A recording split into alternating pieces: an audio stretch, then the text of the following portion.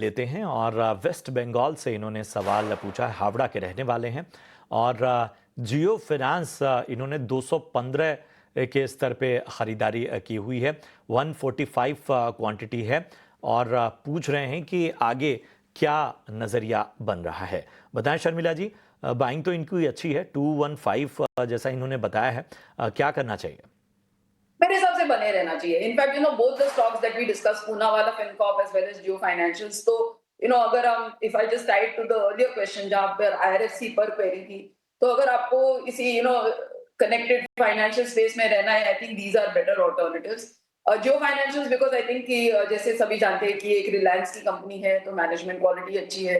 नए बिजनेसेस में वो जा रहे हैं, जिनका उन्होंने ऑलरेडी पब्लिक में अनाउंसमेंट किया है। So we have to wait and watch कि वहां पर किस तरह से चीजें उनके लिए पैन आउट होती है, तो थोड़ा आपको पेशेंस रखना पड़ेगा।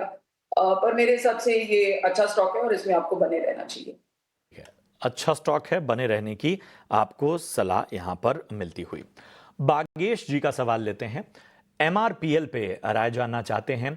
लॉन्ग टर्म का इनका नजरिया है और 1 साल जो है वो इस स्टॉक को देना चाहते हैं। बाइंग प्राइस इनकी 161 की है, ऊपरी स्तरों पर लिया हुआ है, लेकिन पेशेंस रखना चाहते हैं एमआरपीएल में।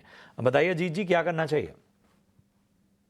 जन देखिए, हाईली वोलेटाइल स्टॉक है। हम सबको पता है कि जब मूव्स आते हैं तो काफी शार्प मूव्स आते हैं, और जब डिक्लाइन भी आते हैं तो उसी तरीके से आपको प्रेशर देखते हुए नजर आता है स्टॉक। तो जैसे 280 से आपने देखा कि स्टॉक करीब 100 रुपए तक आया।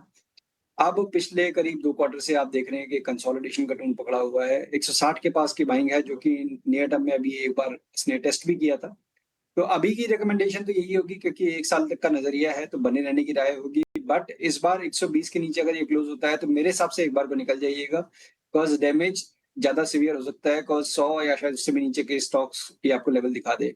तो 120 के नीचे निकल जाइए, 140 के ऊपर है तो फिर फ्रेश मोमेंटम देखने को मिल सकता है। जो आपका बाइंग प्राइस है वो सरपास होते ही आपको 180, 190 तक के लेवल्स देखने को मिल सकते हैं। तो पड़ाव ज़्यादा रहेंगे, बट 120 आपको ध्यान रखना है। जब तक ये होल्ड हो रहा है तब तक आप होल्ड कर सकते हैं।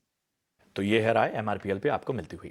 आर नरेंद्र कुमार साहब का सवाल लेते हैं। खड़गपुर वेस्ट बंगाल से इन्होंने सवाल पूछा है और इनकी बाइंग प्राइस जो है एचसीसी में वो 18 रुपए की है और साउथ इंडियन बैंक इन्होंने लिया है, ये इन्होंने 28 रुपए के भाव पे लिया हुआ है।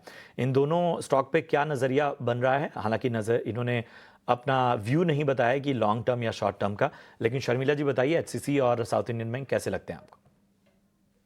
तो साउथ इंडियन बैंक मेरे हिसाब से ठीक है, इसमें वो बने रह सकते हैं। एचसीसी में थोड़ी मेरी राय न्यूट्रल है। मेरे हिसाब से ये वैल्यूएशंस पर काफी, I think a lot of the positives are captured. तो साउथ इंडियन बैंक पर राय पॉजिटिव। बढ़ते हैं अगले दर्शक